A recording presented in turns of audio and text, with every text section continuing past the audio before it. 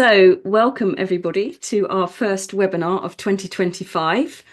And myself, Christina Silva, and my colleague Sarah Bulloch from the CAQDAS Networking Project are delighted to be relaunching this seminar series after a little bit of a break.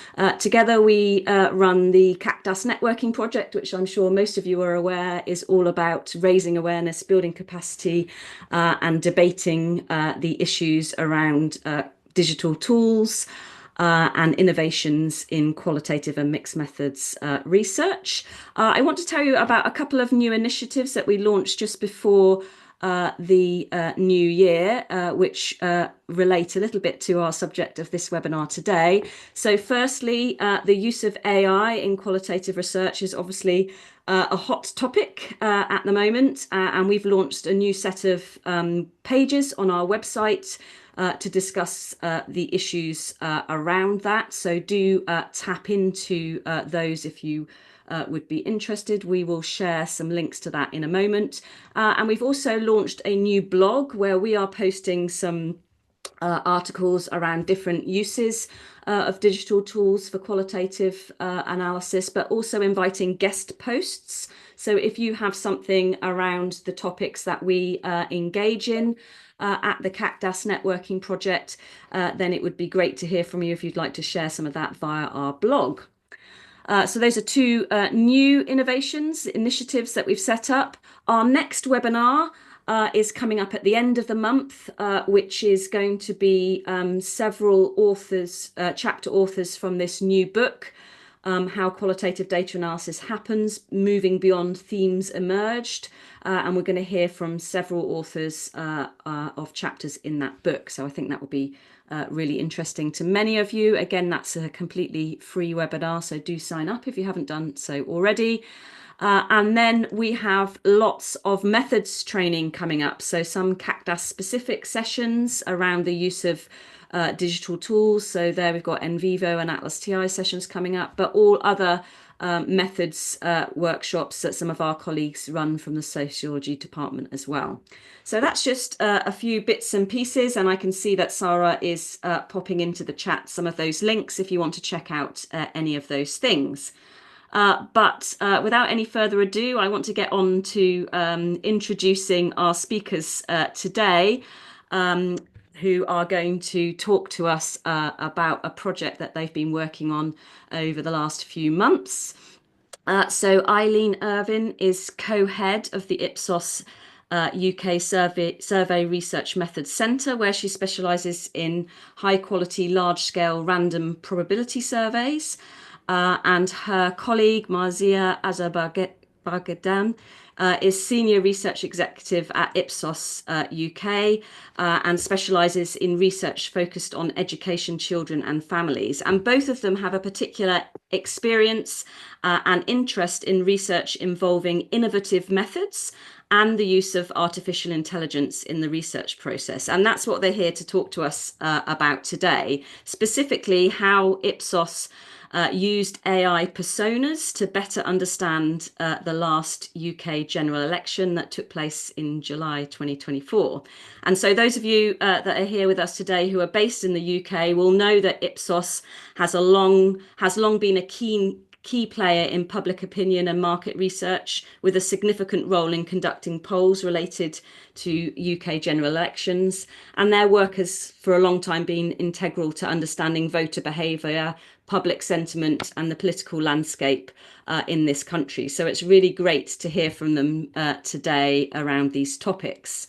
As you all know, there's lots of discussion and debate around the use of AI for research and evaluation, and much of that debate is quite theoretical. So it's really great to be able to hear about real use of AI from Ipsos today. I know that Eileen and Marzieh can do a much better job at introducing their work. So I'm going to pass over to them in a moment. Whilst they're speaking, please do post any comments or questions that you have in the chat, and myself and Sarah will collate that and facilitate the discussion at the end of the session. So thank you both very much for being here. And yeah, please start telling us all about your Marginal Moments project. No, thank you so much for having us. So, as Christina said, I'm Eileen Irvin. I am co-head of Ipsos's Survey Research Methods Centre, but I'm also involved with our innovation network in public affairs, along with Marzieh, and we've been working on a variety of different things. But one of the things is how can we use AI better in research? So this was a research and development project we did around the last general election, to basically look at what AI could give us, that would build on what we were getting in other ways. And I'll hand over to Marzieh to do the first few slides. Brilliant. Thank you so much. And thank you everybody for joining us today. As Eileen and Christina said, I'm Marzieh. I'm a senior research exec here at Ipsos. And yeah, just very interested in all things innovation and AI. And I'll be talking you through a little bit about what we did and how we went about it for this project. Can we go to the next slide, please? Thank you. So yeah, first of all, what was the project about and what were its aims? So basically what we wanted to understand was how undecided voters think about the election, and how they engaged with it as different kinds of information was presented for that, to them. And these undecided voters were from 5 different constituencies that were likely to be marginal seats, and that's where the name Marginal Moments came about, and actually AI came up with that name and kind of helped us bring it about. And in terms of what we did, as I mentioned, we created personas, 5 different ones, and I'll talk in more detail about how we went about creating them. We introduced them to different materials and sources, and we tried to understand their voting intention and how it changed as the election progressed. Next slide, please. Thank you. So yeah, at this point you might be thinking, why did we do this? You may have seen, or even if you haven't seen, you might expect that Ipsos does actually talk to real voters about their voting intentions. So what was the thought process behind talking with AI personas? Well, we don't really expect our AI personas to act or respond exactly like real voters. Instead of that, we wanted to find out a little bit more about the election and a little bit about GenAI. So in terms of the election, first of all, we wanted to be able to communicate those broader trends analysis through the lens of individual voters. So because of the way we built our personas, which I'll go into in a lot of detail later on, but just for now, it was basically based on broad stroke information about the demographics of the area, like partially based on that.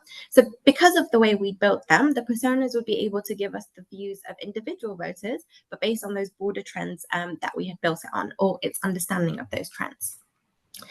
Second thing we wanted to understand a little bit more about the election was we wanted to get their reaction to extensive material that humans would not really like to engage with human participants. So, or it would just be really difficult. So for example, we gave them 5 different manifestos in full, and we can't really expect real voters to read that in detail and give us like very detailed feedback either. It's quite difficult to engage with even one. And then lastly, in terms of the election, we wanted to tap into their hidden or unconscious perspectives that we as humans might find a little bit harder to share. So our assumption there was that AI does not really care about how others perceive them, but we do. So it would just be interesting to get a little bit at that as well. And then in terms of generative AI, first question there is how similar were AI and genuine voters? And I did say that, you know, we assumed they would definitely give us different insights from real voters, but we were still curious to see the similarities there. The second thing we wanted to understand was what are generative AI personas useful for? So in other projects, in the other ways we can use it in research and social research, we wanted to get a better understanding of that. And then following on from that, we wanted to understand what the limitations of that would be as well. What are the kind of things we have to be mindful of when we're working with AI personas? Thank you. So with all of that in mind, just how did we actually go about creating the personas?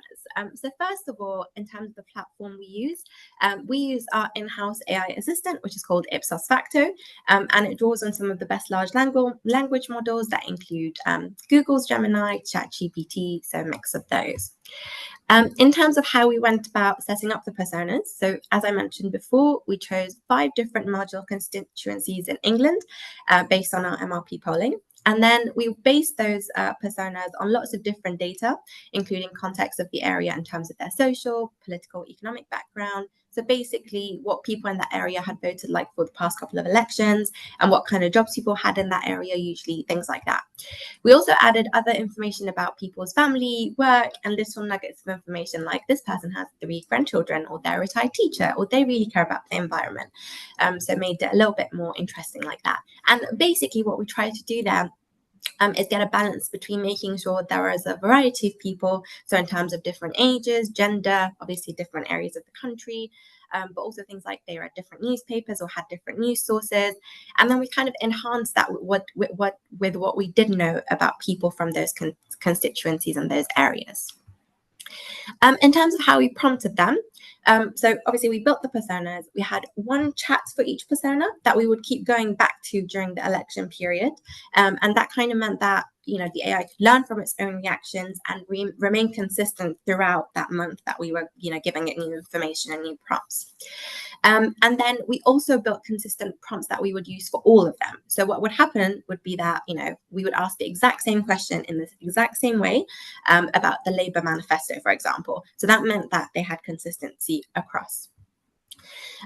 So that's it in terms of the prompts, but in terms of like the stimulus we gave them for the different prompts, we got reactions on a couple of things for the 5 largest parties in England. So obviously that's the Conservatives, Labour, Green, Lib Dem and Reform UK. And the things we got reactions on, as you can see there, are the launch speeches. So basically that includes the text of each campaign in terms of their launch speech or their press release. We gave them the manifestos I mentioned before. And then we also gave them some information about the local candidates and statements from their own constituencies.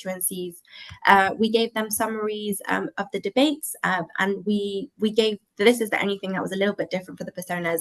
Basically, the debates were summarized based on what news sources the persona would usually use. So it could be Guardian, it could be Reddit, it could be BBC, it could be Financial Times, it could be X. So that was a little bit different there. And then we gave them the poll, so in terms of MRP results from their constituency and also national polling. And then we also gave them the final results and got their reactions to that. But yeah, we've talked a lot about how we built them. Now let's meet the personas and what they looked like. So yeah, please meet our 5 personas, which we now sometimes refer to as people because we've spent so much time with them.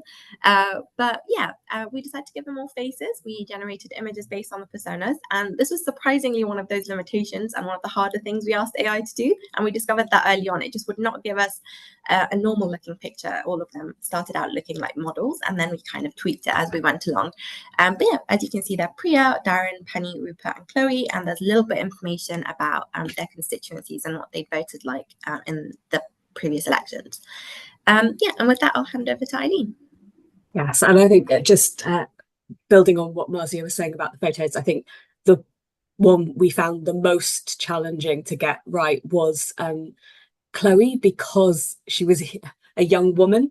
I think we really struggled to find to convince AI that we wanted a young woman who looked like a normal young woman you might see on the street, rather than from the pages of a fashion magazine, which was very interesting. So how did they vote? As Marzieh said, we started by introducing each persona to the launch speech. And so we said, you know, here's the announcement of the election from the sitting Prime Minister at the time, Rishi Sunak, who's a Conservative.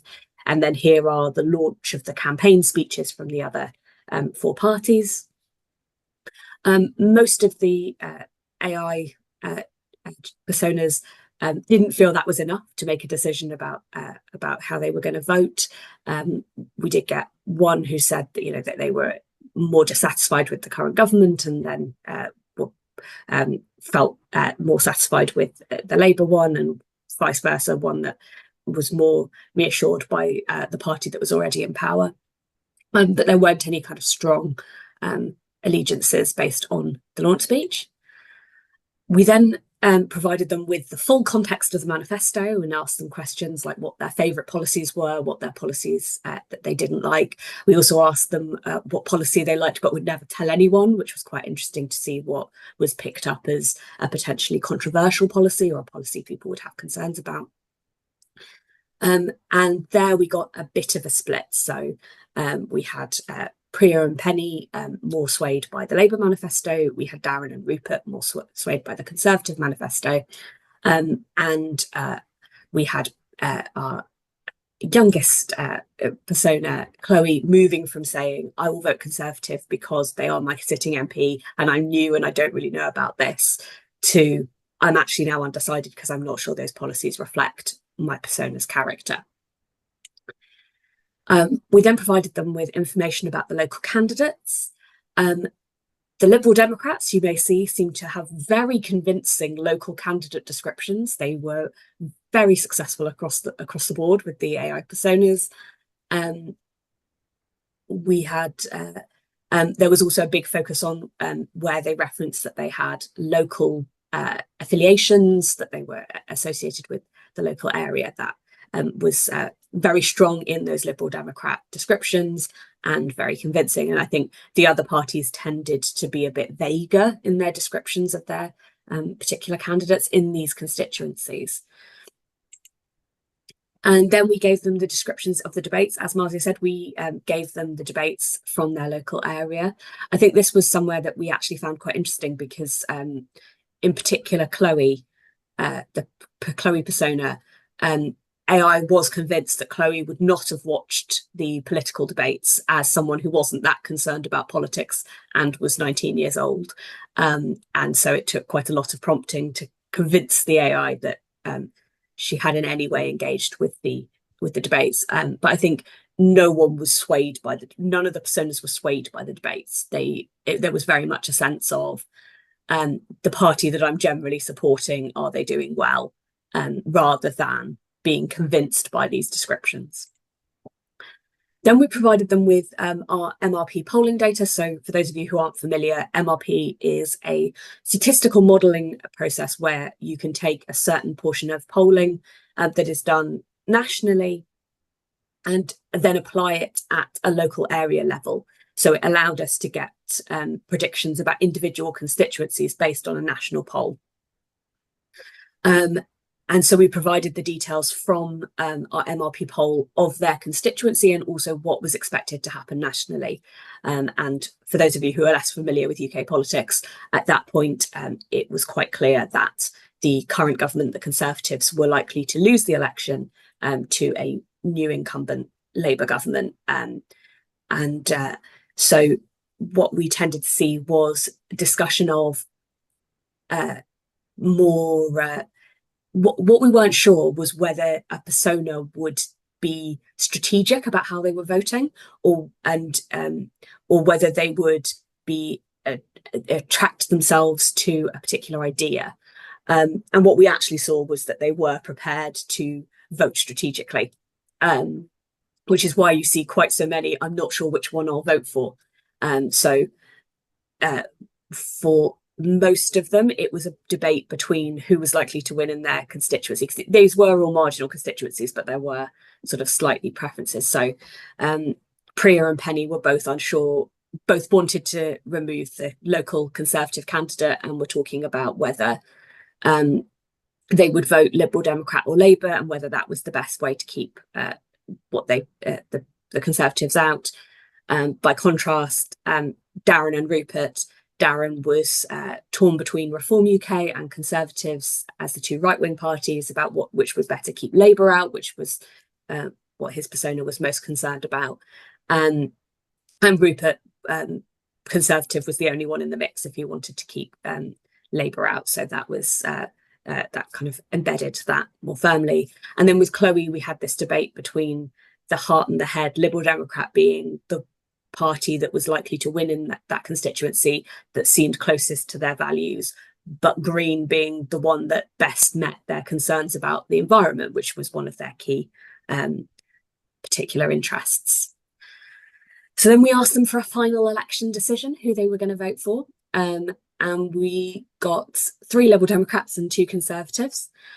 And then the election result, which was closer than we thought it was going to be, I have to say. As Marzieh said, we were not expecting these personas to predict the election in it by any means, and certainly any more than if we asked 5 random people from each of those constituencies who they were going to vote for. We wouldn't expect that to predict the election either. We would expect to have to do something a bit more comprehensive. But in many constituencies, that is what happened.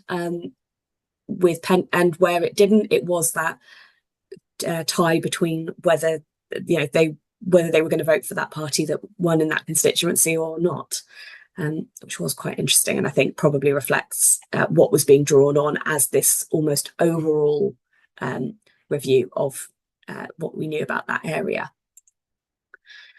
But something that we also asked the personas to do, and actually was incredibly effective, was thinking creatively. So when we provided the personas, the manifestos to the personas, one of the things we also asked was, if this manifesto was a film, which film would this be?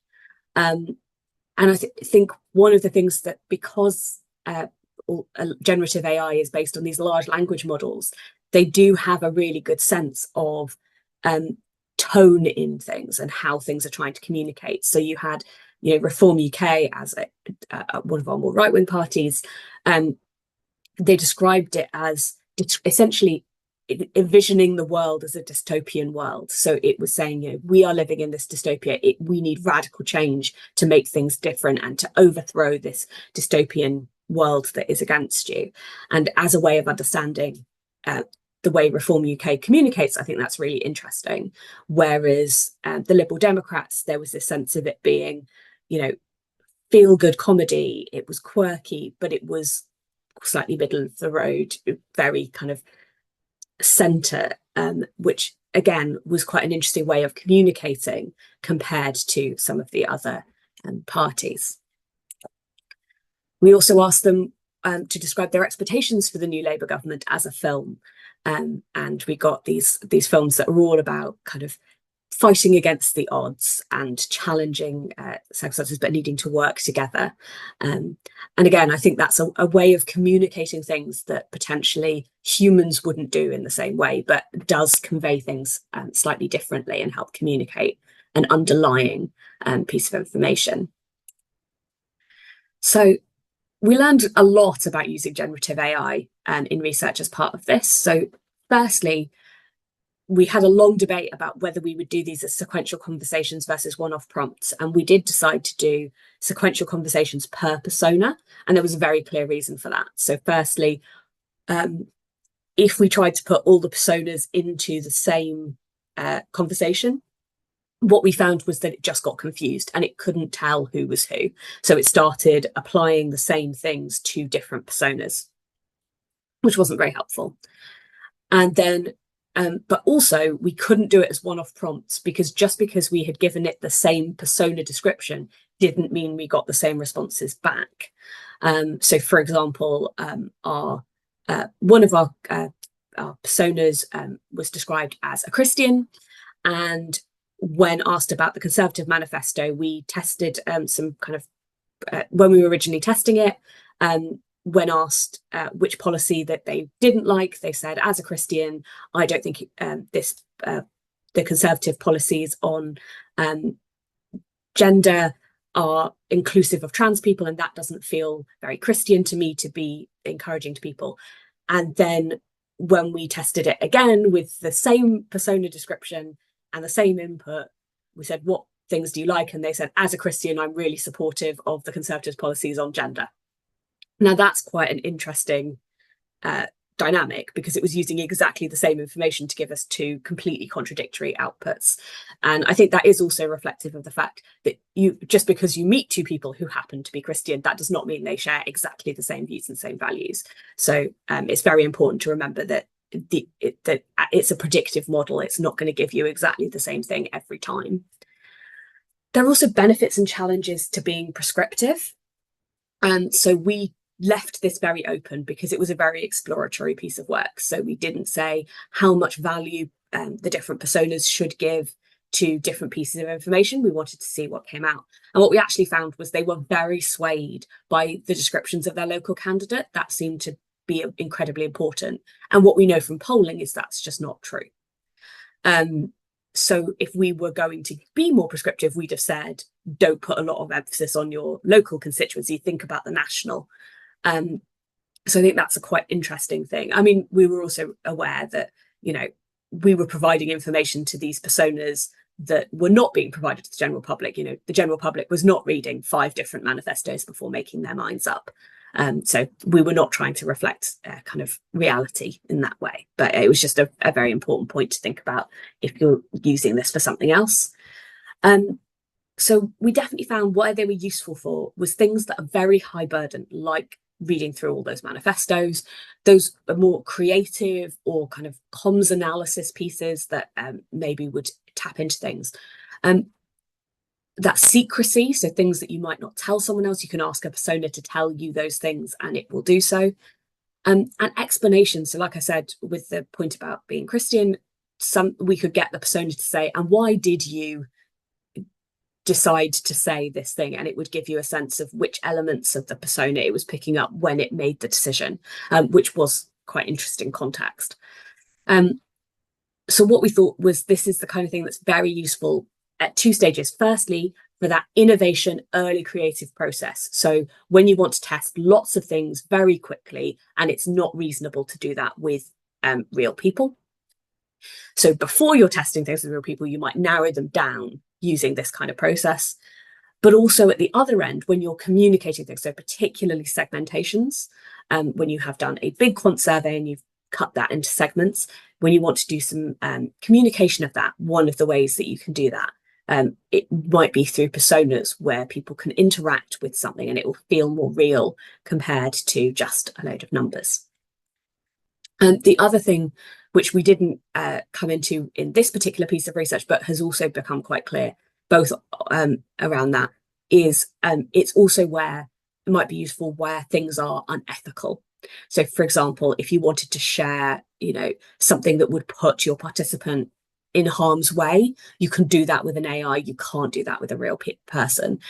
So again, it might give you something where it is not possible to talk to a real person. And so we have lots of places you can find out more about this, and we'll obviously do questions after this, but there's some links. We have the web page where we published a full report of the work that we did, and that will give you for each persona a more detailed summary of who they are, their journey to the election, how they felt on election day, their election day soundtrack, their post-election reflections. And then we also have a Research Live article which talked a little bit more about some of the benefits and challenges we found. And Ipsos has also released a persona bot, which is about turning segmentations into chatbots. So using chatbots as a way of communicating segmentation and allowing people to interact with it a bit more. So that is the end of our slides, and we'll move on to questions. Thank you. Thank you so very much, Eileen and Marzieh. That was really fascinating insight into how you went about this work. And I also really particularly enjoyed how you narrated the sort of experimental side of it, and just giving us a sense that you're also learning in this process, and that part and parcel of that of the project was to reflect on that learning and to think about how we might go ahead in the future with these things. So a few questions from me. So Christina and I have a couple. So we're really interested in you prompting using sequential AI chats. To what extent do you think that this kind of emulates a customary interview encounter, or do you think it's a very different kind of interaction? So I would say it's more, so by doing it as a sequential chat, it's more like either something deliberative where you're coming back to the same people, or, where you're showing someone more pieces of reference to review. It's closer to that. Whereas I would describe sort of the sequential things as like doing different surveys at different times. So it's not quite the same because it's it's an AI model rather than a human, so it builds on, but it doesn't learn in the traditional sense, and it does contradict itself and things in a way, a human wouldn't, but it's closer to that. That's how I describe the distinction. And was it, if we thought of it as an interview, was it sort of a structured interview in the sense that you provided the same questions to everyone as opposed to kind of unstructured? Yeah, it was much more structured. I think there were places where we did have to be a little bit more flexible and adjust, like I said, with its conviction that the youngest persona would never have engaged with the debates. We did then have to kind of reprompt it a little bit to just get it to give that response. But in general, we tried to keep it really consistent. Fantastic. I'll ask one more question, and there's another question in the chat which I'll have a quick look at and ask in just a second. So you were talking about the Chloe persona and the issue that you had with AI generating an image of a normal young woman with certain sociodemographic characteristics, rather than one from the pages of a fashion magazine. So that sort of brings to mind the bias that we've all heard about within these large language models. Did you see any other examples of that coming through? And if so, how did you handle it? I think that was the main one where it was really clear. I think there was an element of it in the fact that, it made us up. What it was doing was making assumptions based on demographic characteristics, and we obviously had provided it with more detail than just saying this is a young woman. We had said this is a young woman who voted this way, who is in this situation, who's in a constituency with these views, and this is what our polling suggests that she is concerned about in more generally. So we were providing it with more information and context, so it wasn't just going, well, young women think this, old men think this. It was giving it more context. But I think there is something it is something we have to be very aware of, especially where we can't provide that much detail. And I think that's certainly something that I've heard concerns about, where we're talking about particularly groups that are less heard in research, where there is less data available, where we are more likely to be relying on stereotype. I think there is a particular concern, but I think the more you can build it on information you already have to ensure that it's doing so, it's not relying on stereotype, that definitely helps. Really helps. Yeah, great. Thank you so much for that. So the question in the chat, which you might have had an opportunity to have a quick look at, is, so first, thanks so much to both of you from the participant. I have a very specific and instrumental question. The film narrative slide, do you know which one is meant? Yes, yeah? I do. Okay, it was illuminating. Is there any chance that you can elaborate on what was said about the Conservatives, please? Yes, sure. So there were essentially two strands to it. So one strand described it as kind of a classic action movie or a big budget action film, and that was, they're pulling out all the stops, they're trying to be really appealing to everyone, they're doing the big bombastic thing. And then the other side was describing it as the King's Speech and the Best Exotic Marigold Hotel. So there was something about it being very British, about it being very there being an underlying sadness, I think was the description with the Best Marigold Hotel version, and that it was there was something kind of but also that it was putting on a brave face in the face of adversity. I think those were the two sort of strands to it. As I say, I think part of it will also have been influenced by other aspects of what was provided to them, but I think what it was really trying to get at was the tone of the piece, and I think that's what it was. That's how it described itself. Great, thank you so much. And we have another question from Anne Lewins in the chat this time, saying, I can see the learning aspect really interesting, thank you. Generally, what was its usefulness for the future of political and electoral polling? And did it highlight any particular dangers or benefits in your view? So I think there's a whole host of ways it could be useful. I think it probably is in that sort of early testing phase and that communication phase. So, but also potentially for those things that, like those manifestos that people are unlikely to read, where we can give it some information, potentially give it a segmentation, and then say, based on this, what do you think this segment would think about this persona, or think about this manifesto, or something that was really high burden. So I think those where I think we would be concerned about, for example, trying to replace polling data with synthetic respondents or something like that. I think that's a very different thing. And I think what we tend to see, certainly at the moment with synthetic respondents, is that they aren't good at giving you the outliers. Essentially, they kind of mainstream everyone to a centre point, and that doesn't give us the full nuance of what's happening. So I know a colleague of mine's done some work with synthetic respondents, looking at how different they are to things. So where you use a persona to generate, hundreds of people, and compare that to a standard poll. And I think that's definitely what's come out. Okay, that's great. So just in relation to that, before I look at the next question, just to check for those of us who are sort of new to this field, what would you describe to be the difference between synthetic respondents and personas?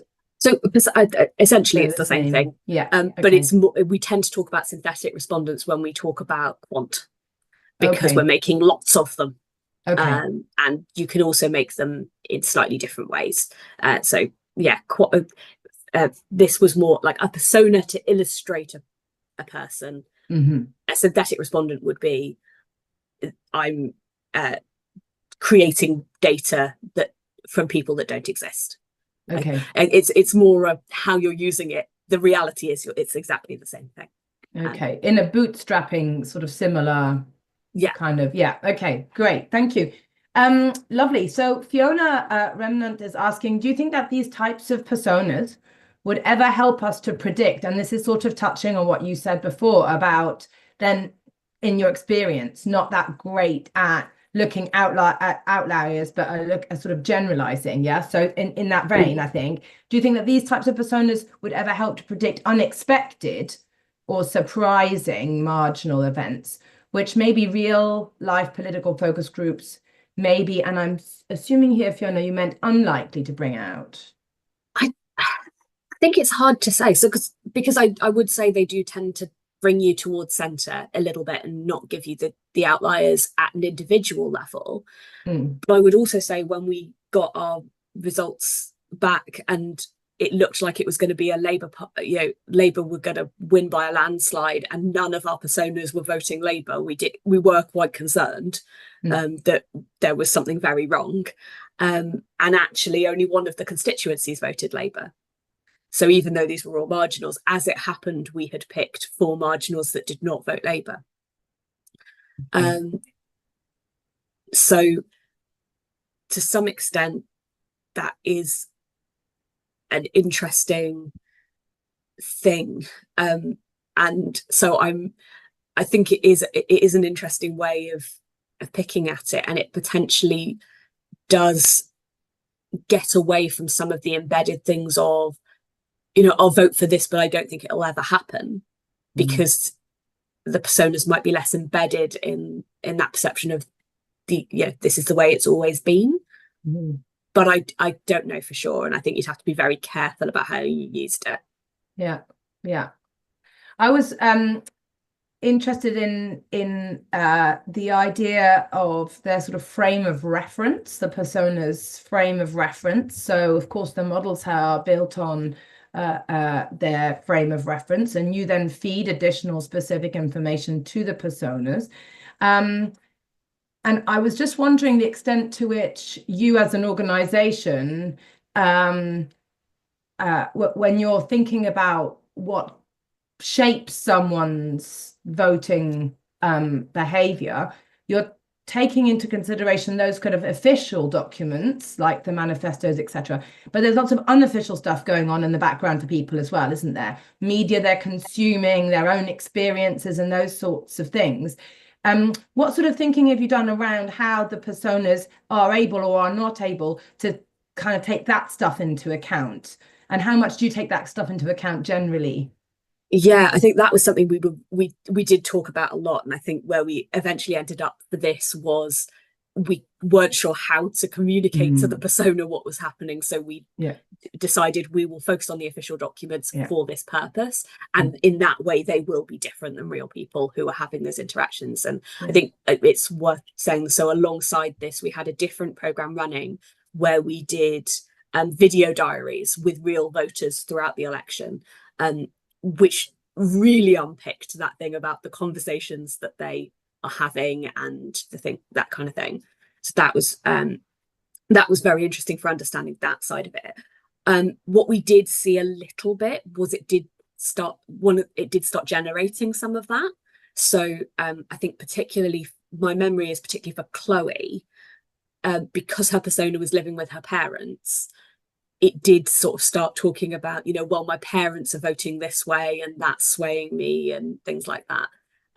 So it did generate that a little bit because it assumed that's how people talk about politics, I think. But it is it can't really replicate that in the same way. And I think you probably could prompt it, but you'd have to be very careful about how you did it. Yeah, absolutely. It's really interesting. Absolutely. I think that's probably a challenge for you generally in the work that you're doing, even outside of the work with the AI. Yeah. Okay, there's also someone in the chat picking up on the point, the discussion you just had there. How do you think these personas manage misinformation? Did you? Yeah, so we did try something.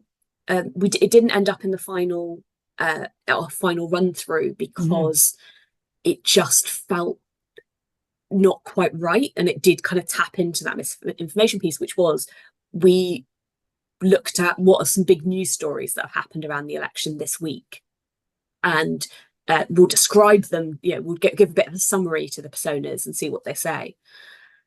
And to some extent, they did what we tend to see with real people, which was if it was a party they supported, and it was positive, they were great. And if it was a party they didn't support and it wasn't supportive, they were like, oh, I'm not sure I believe that. So there was a little bit of that.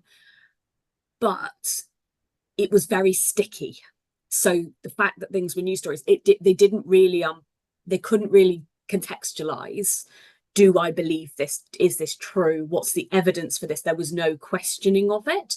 And so where there were things that were asserted that were controversial, there was a big claim early on in the election around how much Labour policies were going to cost. Labour was saying these numbers are not correct. The Conservatives were saying, well, it's going to cost exactly this much money.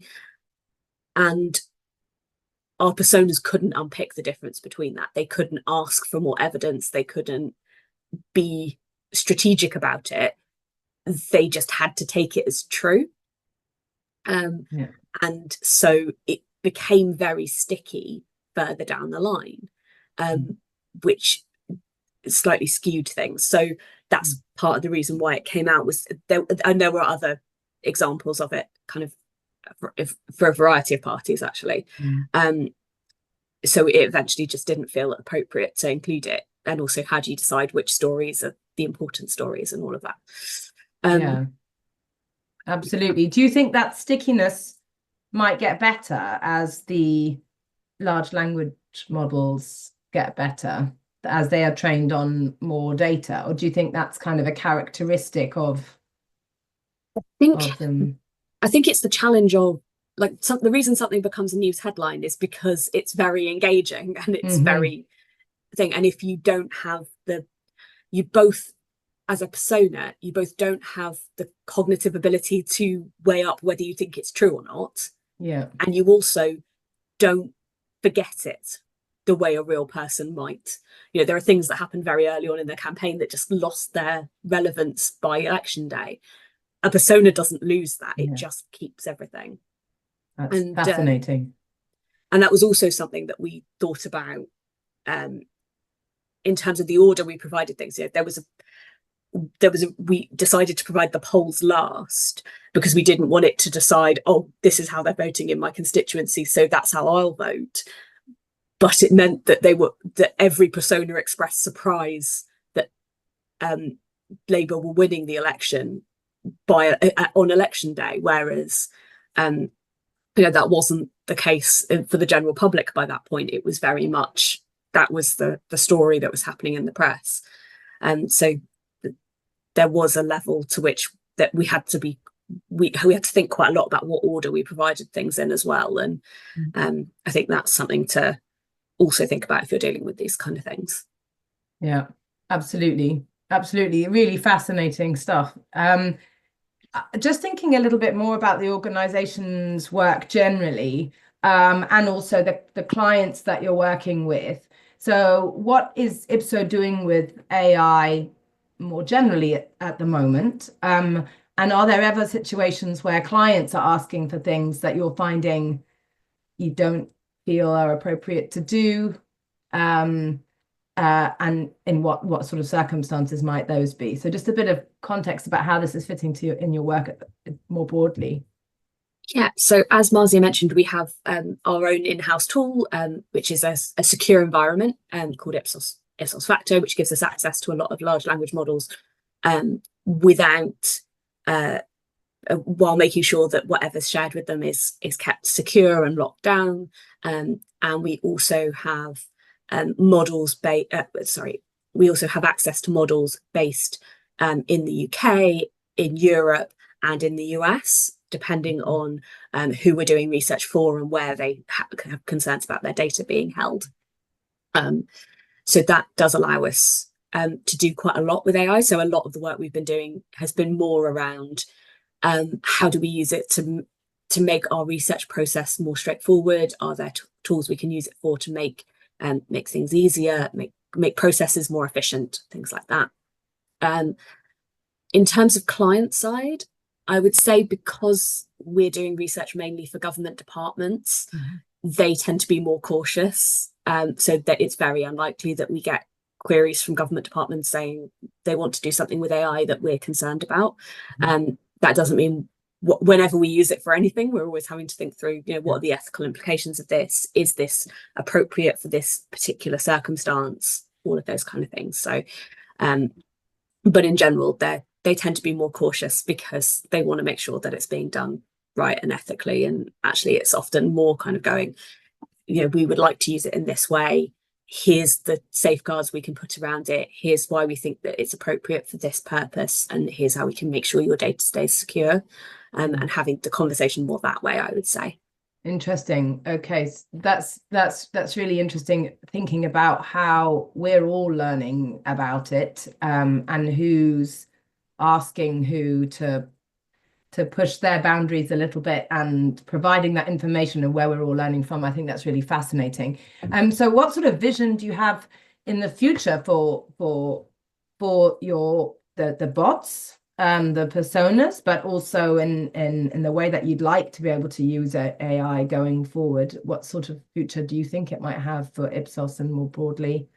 So I think personas particularly, it is around that communication. It's almost you know, we sometimes use in reports, we have vignettes of imaginary people where we, you know, particularly where we can't share real participant stories, we might hodgepodge a few stories together so that it's not identifiable, but gives a sense of a real person who is experiencing the thing we're talking about.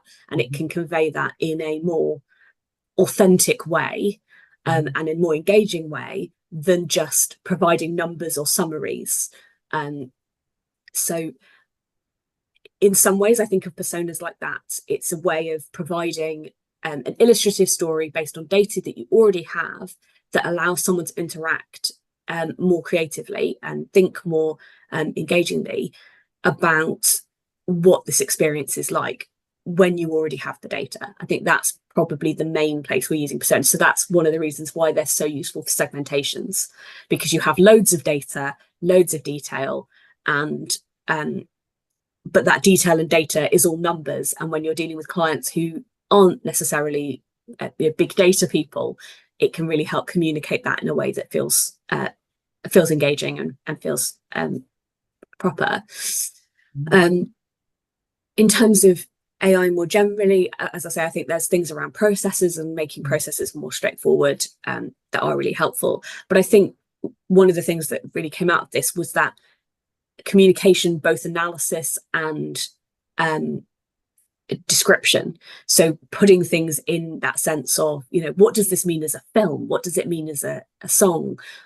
Why? What does that get at you? I think that can sometimes get things. One of the other things we did when we were deciding how to do this was I put in the election manifestos and then asked, who do you think this manifesto is aimed at based on the way this manifesto is written? Give me some personas that you think this manifesto is targeting. And it was actually very good at doing that, because it was picking up on the language used, picking up on the stylistic tone, picking up on the way this was written. And because they're generative models that are built on this large language, that's what they're used to. So they're very good at it's very good at following that through and picking that up in a way that isn't necessarily what I would have done just from reading it. Fantastic. Well, thank you so much. We are coming to the end of our allotted time. Both of you, really lots and lots of thanks for spending your morning with us and for opening our eyes to these ideas, for me completely new ideas. So thank you. I love an opportunity to learn, and it's been a great pleasure to be with you here today. Jessica says the same thing in the chat. So I'm just going to hand over to Christina to wrap up, and I wish everyone a good day. Thank you for having us. You're welcome. Hi, thanks. That was great, really interesting. Some great questions as well. So thanks a lot as well. Everybody else, we have our next webinar coming up on the 28th of this month, which is going to be talking about qualitative research in lots of different ways. So do tap into that. Don't forget that you can contact us and connect with us in various places. And we wish you a fabulous day. If you have any ideas for other webinars you would like us to host, or indeed you'd like to deliver one yourself about some aspect of what you're doing, please get in touch. We're happy to hear all of your ideas. But for now, enjoy the rest of your, I was going to say Monday, but it's not Monday, is it? I don't even know what day it is. Wednesday. Enjoy the rest of your Wednesday, everybody. Thank you very much. Thank you. Thank you so much. Thank you.